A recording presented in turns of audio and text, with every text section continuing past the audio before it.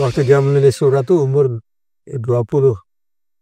Umur 20 sampai dia meninggal waktu muda yaitu umur 25 25. ya, betul. Kok Kartini bisa berpikiran seperti itu? Kapan timbulnya? Iya. Ya, karena banyak orang tidak tahu Kartini, tidak tahu dia riwayat hidupnya.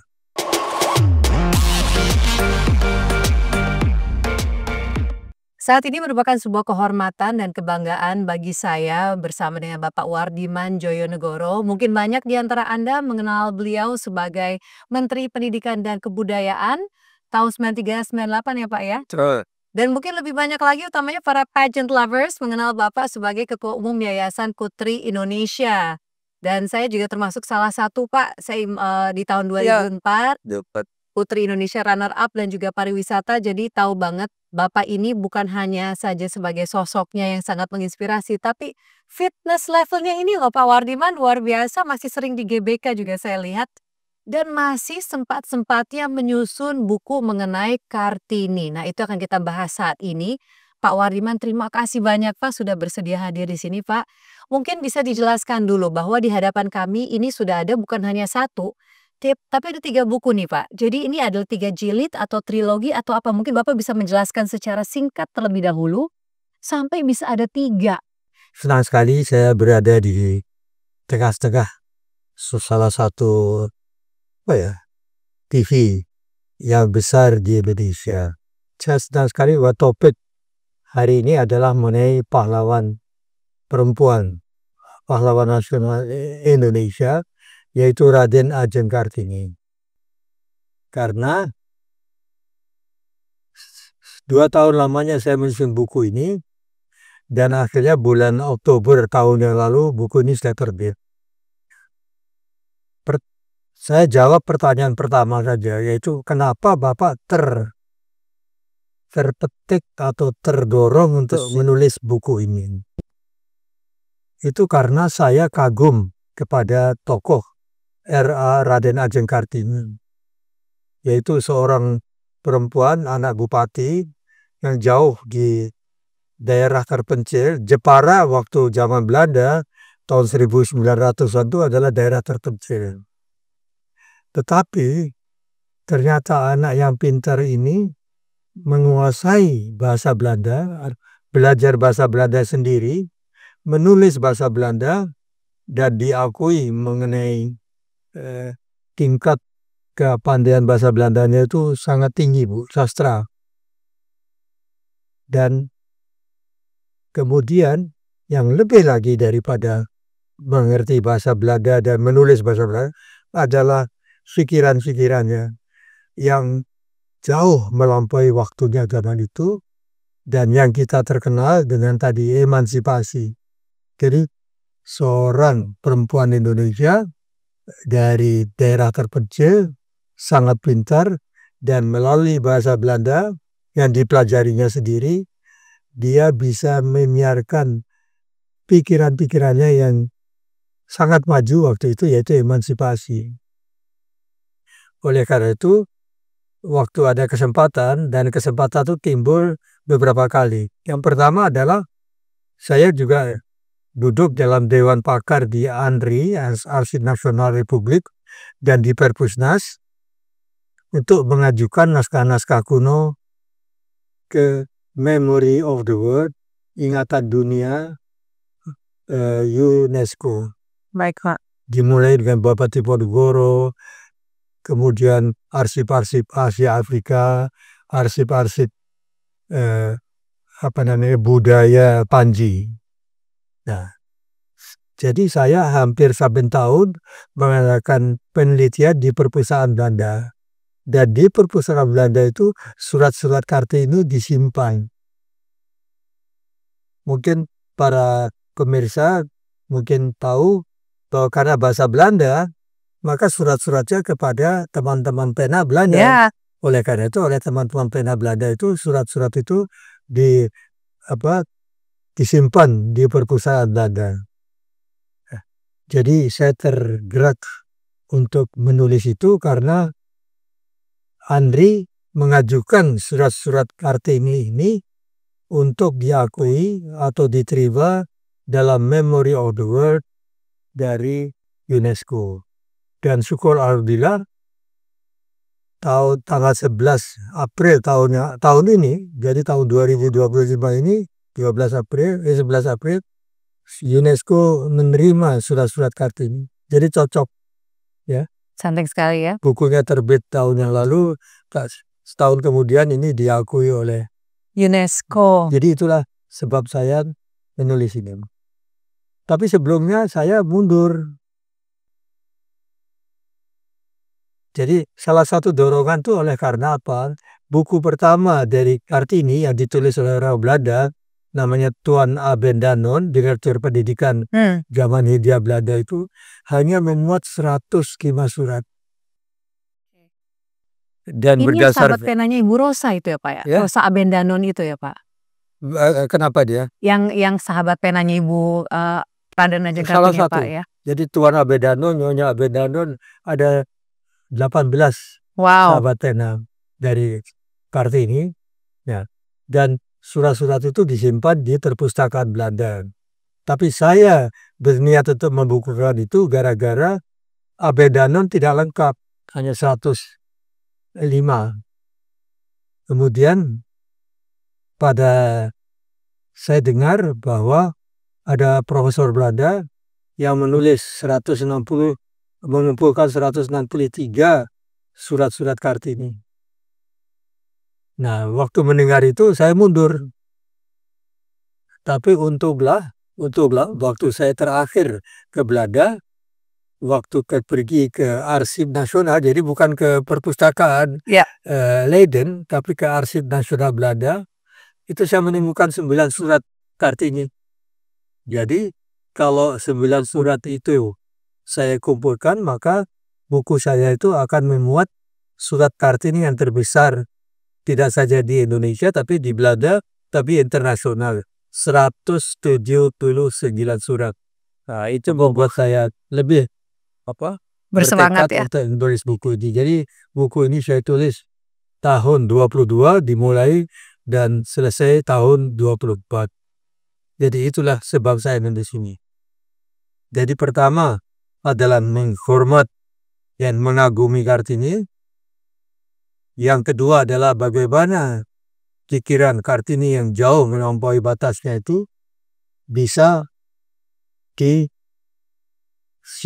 terus-menerus dan khususnya di Indonesia. Dan yang ketiga tentunya yang ada dalam jilid 3 ini adalah bahwa Kartini salah satu yang mulai dengan emansipasi perempuan Jawa atau perempuan Indonesia, dan karena itu perlu usahanya itu diteruskan, dan salah satu usaha itu adalah dengan menulis buku ini. Jadi saya bangga tapi juga sedikit sombong karena jumlah surat saya lebih banyak dari profesor Belanda ya. Kalau dia 164, saya 179. Dan itu terbajak. Ya, profesor Belanda juga demikian. Dia terjemahkan dari bahasa Belanda ke bahasa Inggris, kemudian dari bahasa Inggris diterjemahkan bahasa Indonesia. Sedangkan saya dari bahasa Belanda langsung ke bahasa Inggris. Oh, bahasa Indonesia ya Pak ya? Ya. Bahasa Indonesia ya di sini ya? Bahasa Indonesia. Bahasa Indonesia. Oke. Dan buku ini terdiri dari 3 bagian. Kenapa 3 bagian?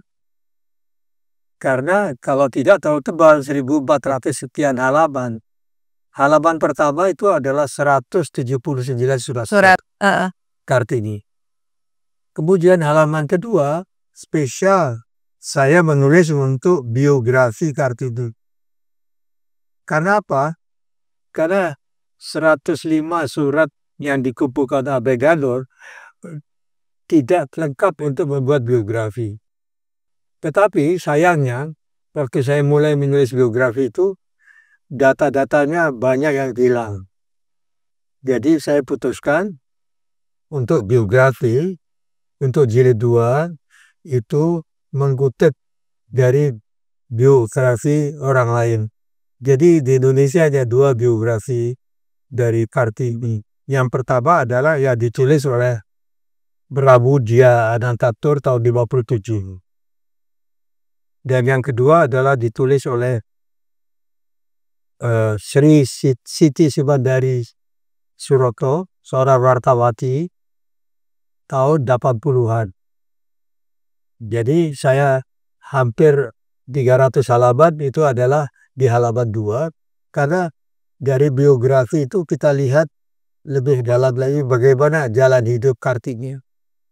Dari dipingit dan sebagainya, sekolah, dan bagaimana dia tiba-tiba bangkit untuk memperjuangkan emansipasi. Ya. Dan yang buku ketiga itu adalah saya mengkaitkan perjuangan Kartini dengan kini, yaitu emansipasi, atau lebih modern lagi, lebih gagah lagi adalah kesetaraan gender. Karena itu kesetaraan gender menjadi salah satu tujuan daripada SDG, Sustainable Development Goals, dari negara-negara yang dalam hal ini oleh UNDP. Jadi halaman 3 adalah inspirasi Kartini untuk meningkatkan kesetaraan gender Indonesia. Sebab tanpa Kartini kita tidak semaju ini dalam kesetaraan gender. Jadi itulah 3 buku itu yang saya harapkan nanti dalam setiap perjuangan kita kesetaraan gender bisa menjadi buku pegangan lah. Tapi tidak saja buku pegangan, inspirasi. Karena para pemirsa pikirlah bahwa bagaimana seorang gadis muda waktu dia menulis surat itu umur 20 sampai dia meninggal waktu muda yaitu umur 25 ya, betul.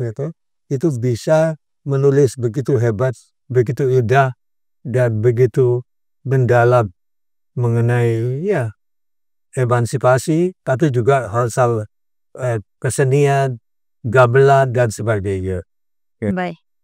Baik Pak Wariman, jadi sedikit merecap ya, ini merupakan hasil perjuangan Bapak selama 2 tahun lebih untuk bisa mengumpulkan, tidak hanya saja mengumpulkan 179 surat, jadi ini adalah kumpulan paling banyak, diakui tidak hanya saja di Indonesia, bahkan secara UNESCO ini sudah tercatat sekarang sebagai Memory of the World.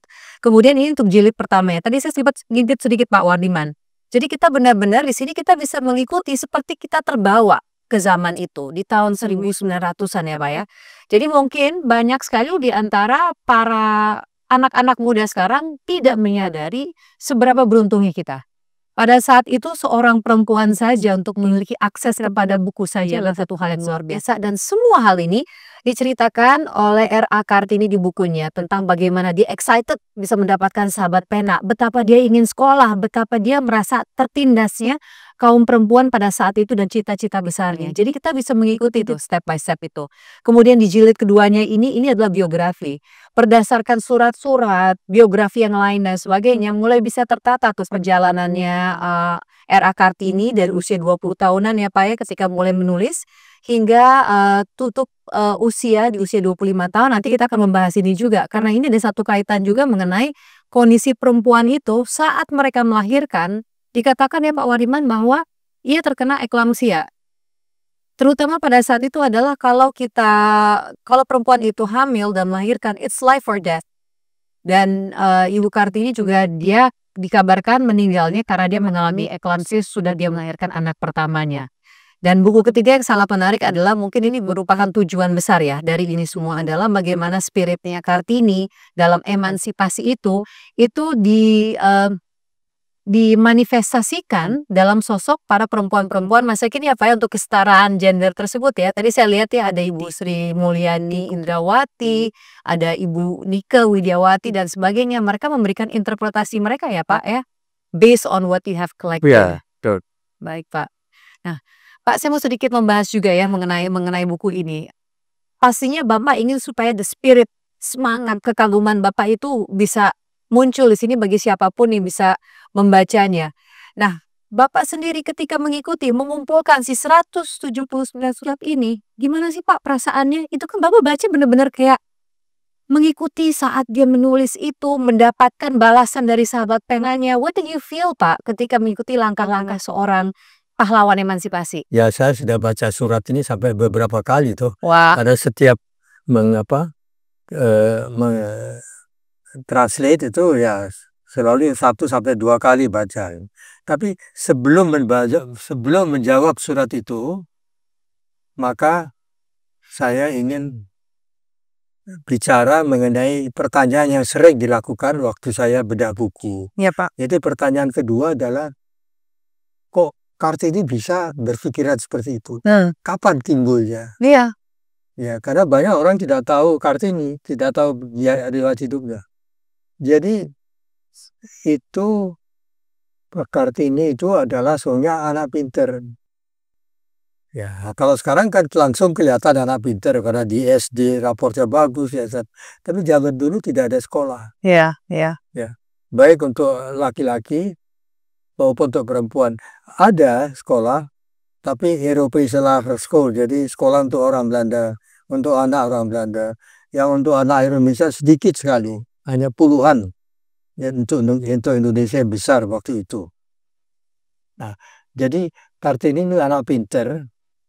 Tadi bapaknya bupati bisa menyekolahkan dia di SD Belanda karena bupati, jadi dia boleh. Dan dia 7 tahun di sana, kemudian 12,5 tahun umurnya dia dipinggit, harus pergi, harus keluar dari sekolah, dipinggit. Nah, itu merupakan penjara bagi Kartini. Nah, tapi bapaknya itu sangat maju. Jadi dia memberi buku-buku kepada Kartini. Nah, buku-buku inilah yang juga dia dapat dari bapaknya maupun dari teman-teman Belandanya yang membuat Kartini pintar bahasa Belanda, pintar menulis bahasa Belanda, dan ingin sekali menulis kepada atau menggunakan keahliannya itu. Tapi sebelum itu, waktu dia masih sekolah SD, teman Belandanya tanya, kamu mau menjadi apa? Kaget ya. Kamu menjadi apa? Coba gadis Jawa atau gadis Indonesia umur 12 tahun ditanyakan begitu, tidak tahu.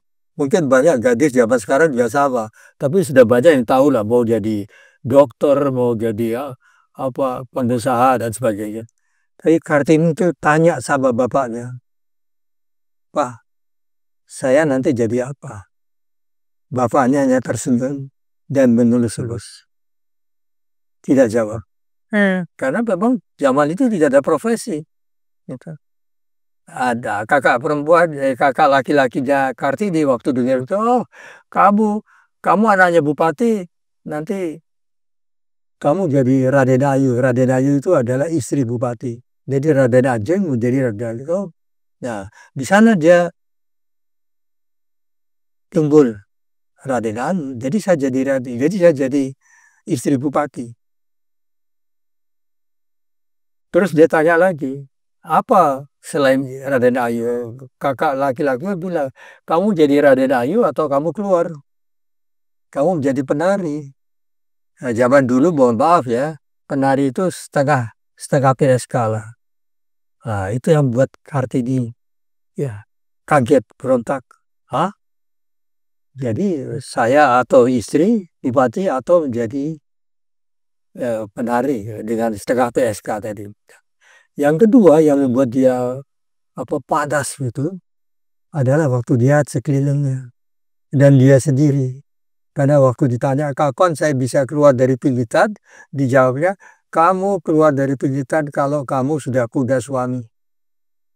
Dan suami itu ditentukan oleh bapaknya, ibunya atau kakaknya. Jadi dia tidak punya choice, tidak punya pilihan. Nah, kan Kartini orang pinter, itu buat dia berontak. Lalu dia melihat keluar. Dan dia lihat bahwa zaman itu, maka perempuan yang sudah kawin harus ikut suaminya. Dan meskipun dan dia tidak tahu apa-apa mengenai suaminya, meskipun mungkin sudah istrinya 3, anaknya banyak. Nah, dan ini yang paling berat yang dia rasakan, bahwa suaminya bisa menelantarkan dia. Jadi tumbuhlah pikirannya. Saya tidak bisa melawan adat. Adat itu ribuan tahun. Mungkin 5-6 generasi akan datang bisa berubah, tapi sekarang saya tidak bisa berubah. Jadi yang ingin saya lakukan adalah menolong perempuan sesama saya, sekaum dengan saya, untuk bisa mandiri. Dengan apa? Dengan pendidikan. Nah, itulah keluarnya dari melihat ketidakadilan itu terhadap perempuan. Dia ingin menolong perempuan tidak melawan adat, tetapi dengan memberi pendidikan. Oleh karena itu dia lalu berusaha supaya boleh membuat sekolah perempuan. Jadi itulah yang membuat dia bangkit. Nah, kemudian bagaimana dia terkenal? Waktu dia begitu paham menulis bahasa Belanda, karena waktu umur 16-17 dia sudah menulis sebuah karya ilmiah yang diterima oleh perpustakaan Belanda. Tapi waktu itu perempuan tidak boleh nulis. Jadi karya ilmiahnya itu oleh bapaknya dikirim. Wah. Yaitu mengenai perkawinan pada orang Koja di Semarang. Dan ada di sini juga ya Bapak, sudah sertakan juga ya? Ada artikelnya. Ya. Jadi Kartini itu ingin memakai bakatnya itu untuk menolong sesamanya, khususnya perempuan. Oleh karena itu dia membuat iklan. Siapa yang bisa menjadi sahabat pena saya? Nah, yang menjawab pertama kali adalah namanya Estella. Stella. Seorang aktivis feminis dari Belanda. Nah, kemudian dari Stella akan banyak sahabat-sahabat pena untuk itu, dan dari suratnya itulah yang dikumpulkan oleh Abed Danon menjadi buku Habis Gelap Terbitlah Terang. Dan supaya buku ini tidak terlalu tebal dan hanya untuk cari uang, cari dana, Abed Danon banyak sensor, potong.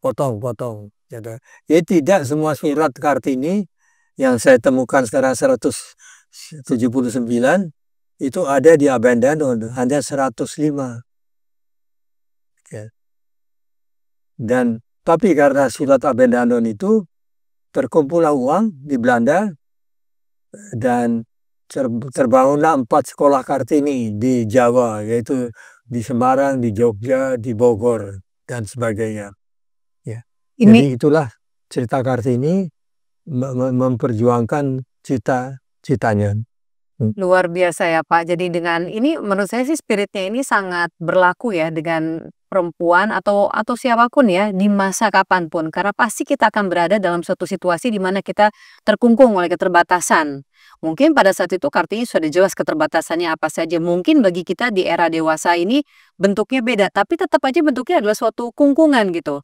Tapi Kartini mengajarkan kita untuk tidak patah semangat, tidak kecewa, tidak mengalah sama keadaan, tapi dengan resources yang kita miliki untuk berjuang. Dan perjuangan yang saya lihat ya Pak ya, walaupun dia banyak bersentuhan dengan aktivis feminisme, tapi caranya itu sangat lembut ya, sangat halus, sangat khas perempuan Indonesia yang mengutamakan harmoni. Jadi menurut saya banyak sekali nilai-nilai, dan saya lagi baca nih. Jadi mungkin kalau ada yang ingin lebih mengetahui spirit Kartini, ini dia nih, Pernikahan Orang Koja. Ini adalah sebuah artikel pertama. Artikel pertamanya yang dia tulis menggunakan nama dari ayahnya, Bupati pada saat itu ya, Raden Mas Adipati Aryo Sosroningrat, Bupati Jepara. Dimuat, alangkah terkejutnya ketika mereka mengetahui bahwa ini ditulis oleh seorang perempuan Indonesia, perempuan Jawa. Jadi, wah, story-nya sangat luar biasa. Tapi kalau Pak Wardiman sesudah melihat ini ya, dibawa ke masa lalu, refleksi lagi ke masa sekarang. Apalagi di sini banyak sekali para Kartini masa kini memberikan sumbangsih pemikirannya. Bagaimana Pak Wardiman melihat nih, gapnya apa yang bisa dilakukan oleh para perempuan masa kini? Yaitu, ya inilah tadi pertanyaannya adalah bagaimana pendapat Bapak. Nah, karena saya itu hidup di masa kini. Nah, di dalam masa kini, saya bandingkan cita-cita Kartini tadi, maka ternyata apa yang dia impikan, yang dia inginkan, yaitu bahwa kungkungan adat itu bisa lepas dengan memberi dia pendidikan, ternyata belum selesai. belum selesai. Oleh karena itu sewaktu mulai dengan buku ini, saya sudah berpikir untuk buku ketiga, yaitu kesetaraan gender. Dan di sini sebagai peneliti, saya membagi dalam bidang-bidang. Ya. Karena kalau kita tanya kesetaraan gender apa, jawabnya lain-lain. Ya, salah satu jawabannya misalnya itu poligami katanya. Jadi kesetaraan gender. Sedangkan dalam 10 bidang itu ya ada pertama adalah partisipasi perempuan dalam ekonomi. Tahukah Anda bahwa perempuan Indonesia itu 50% dari penduduk Indonesia. Tetapi yang kerja itu setengahnya dari laki-laki. Gajinya itu hanya 70% dari laki-laki. Jadi pendapatannya kurang. Tapi dia 50% dari Republik.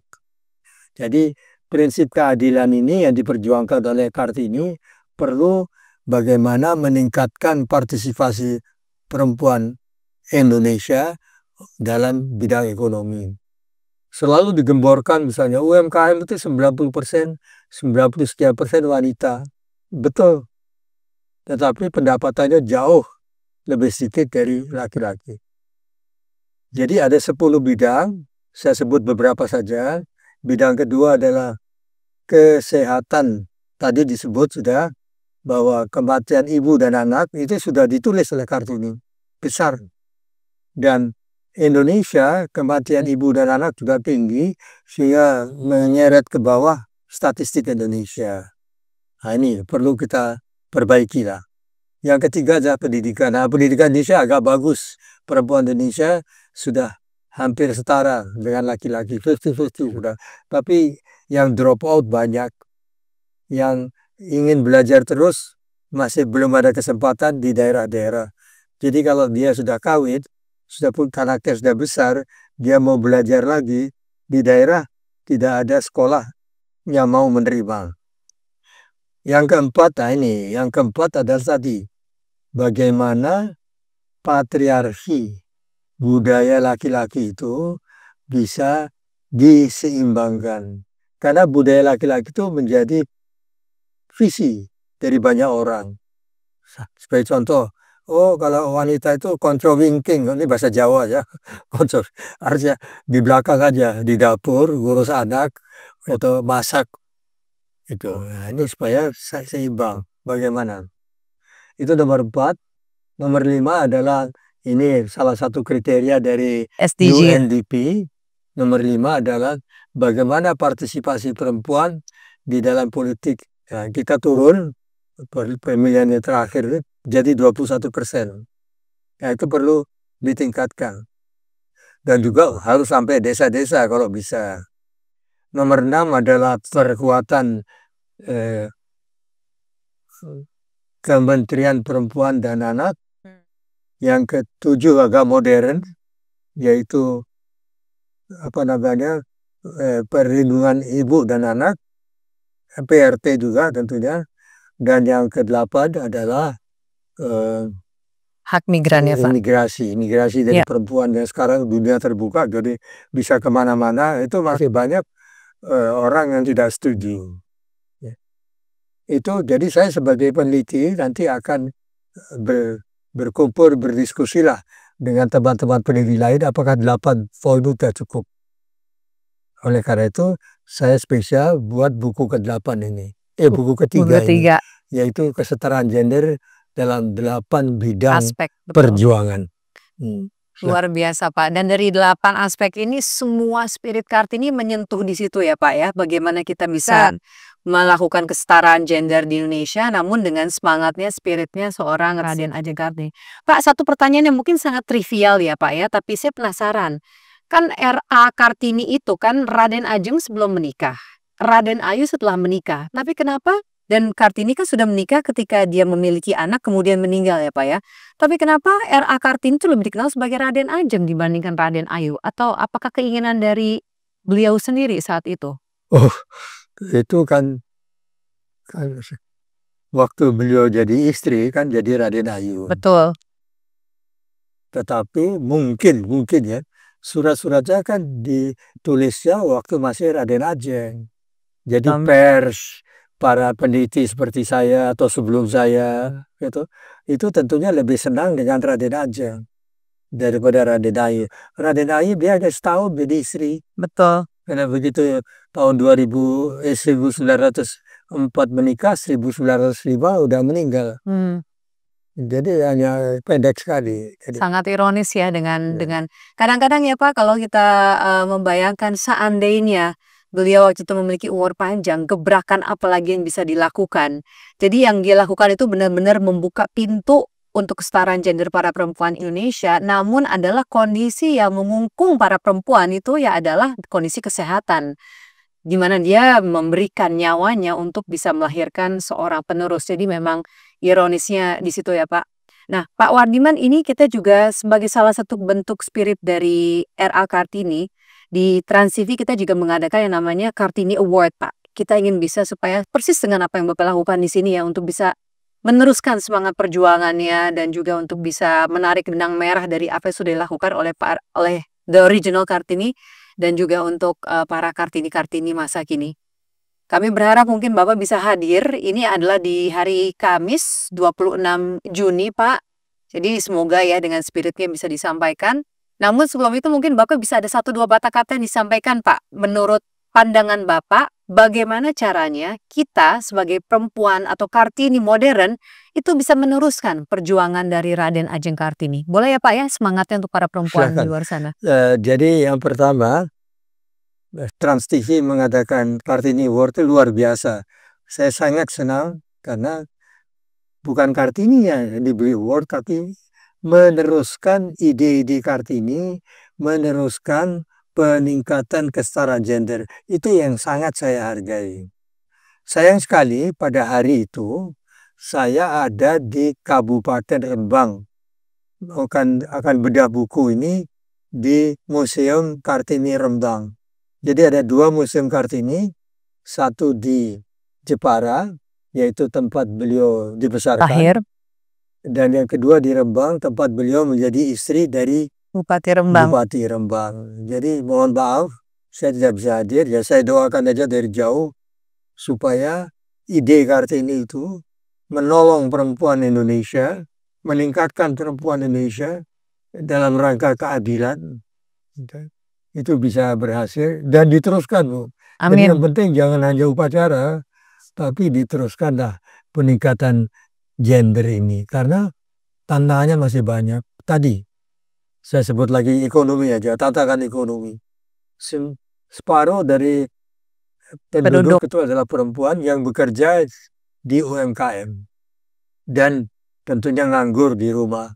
Bagaimana mereka bisa mendapat pekerjaan dan mendapat penghasilan yang cukup sehingga ikut mengurangi kemiskinan di daerah-daerah.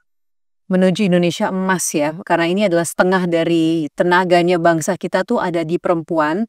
Potensinya luar biasa besarnya, harapannya jika diberikan kesempatan, glass ceilingnya bisa kita pecahkan, benar-benar bisa membantu mengantarkan Indonesia menuju Indonesia emas.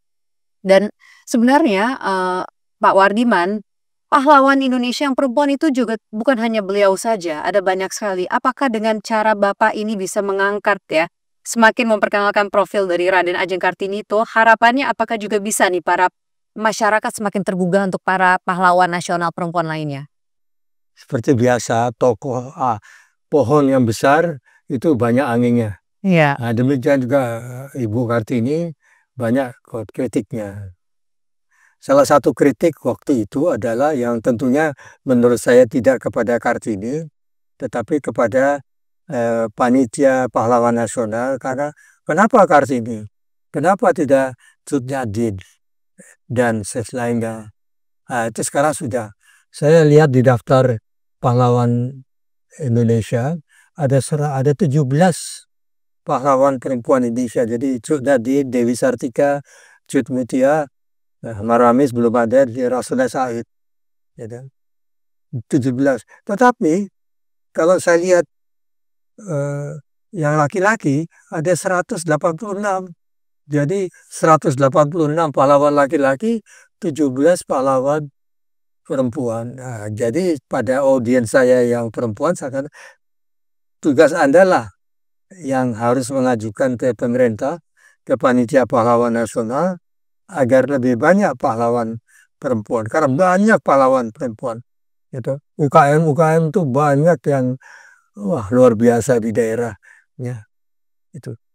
Jadi itu apa yang ingin saya sampaikan, bahwa kurang juga misalnya aktivis-aktivis perempuan datang kepada saya, Pak, itu 21% kurang menjadi anggota dewan. Nah, itu saya bilang terserah kepada Anda semua. Bagaimana Anda bisa mendorong perempuan-perempuan Indonesia untuk lebih aktif dan ingin masuk politik. Karena sekarang orang yang ingin masuk politik tidak banyak. Orang yang ingin menjadi business woman, business person juga kurang banyak. Nah, tergantung Anda, bukan orang lain, bukan laki-laki, yang Anda sendiri yang harus mendorong. Oleh karena itu, tujuan buku saya ini adalah aktivis-aktivis emansipasi, aktivis-aktivis peningkatan kesetaraan itu bisa timbul. Tidak saja yang laki-laki, tapi juga di perempuan terutama. Pak Wardiman, saya punya 3 orang putri, Pak. Dan nanti saya pengen agar putri-putri saya bisa membaca ini. Sedikit cerita, mungkin banyak orang mengenal sosok Kartini, apalagi generasi Z, generasi Alpha, dari film yang diperankan oleh Dian Sastrowardoyo. Itu sangat bagus. Nah, menurut Bapak sendiri, setelah melakukan penelitian yang luar biasa, so in-depth, seberapa terrepresentasikan sih seorang Kartini itu dari film atau dari potret-potret yang anak-anak muda kenal sekarang, Pak? Masih kurang. Masih kurang. Karena kalau tak dilihat film Kartini berapa penontonnya, dibanding calon penonton atau generasi muda yang ada. Gitu. Jadi perlu terus digiatkan. Dan kedua, jangan lupa tantangannya banyak. Salah satu tantangan adalah tadi budaya patriarki yang masih kuat, yang mengatakan perempuan tidak perlu jadi business woman, perempuan tidak perlu masuk politik. Nah, itu masih kuat. Jadi menurut saya perlu digiatkan, dan acara seperti tadi Kartini Award akan banyak membantu lah, dan sebaiknya sebanyak mungkin diadakan. Jadi saya berpikir Kartini itu setiap 21 April disiarkan di sekolah-sekolah dari SD sampai perguruan tinggi. Nah, alangkah itu bisa dipelihara sehingga anak-anak muda sadar perlunya kesetaraan gender. Baik, Pak. Karena memang bangsa yang besar adalah bangsa yang menghargai para pahlawannya. Pak Wardiman, terima kasih banyak, Pak. Mungkin sebelum kita menutup ini ada hal lain yang mungkin belum sempat disampaikan yang Bapak mau sampaikan kepada mereka yang tengah menyaksikan yang terinspirasi oleh spiritnya Kartini. Saya hanya membuat sumbangsih kecil dengan buku ini dengan tujuannya tadi agar pengertian kesetaraan gender itu tetap hidup dan terus dilakukan perjuangan untuk meningkatkan keadilan antara laki dan perempuan. Sekali lagi terima kasih banyak Bapak Wardiman telah hadir di sini, telah menjelaskan secara sangat in-depth 2 tahun perjuangannya untuk bisa mengumpulkan, menyusun, menyunting buku-buku yang insya Allah ini bisa menjadi sebuah aset luar biasa bagi sejarah bangsa Indonesia dan juga bagi perkembangan kesetaraan gender di Indonesia. Terima kasih banyak Pak dan sehat selalu Pak, dan juga happy birthday Pak nanti di tanggal 22 Juni berusia 91 tahun, 91 years young. Terima kasih banyak Pak dan terima kasih untuk buku Kartininya.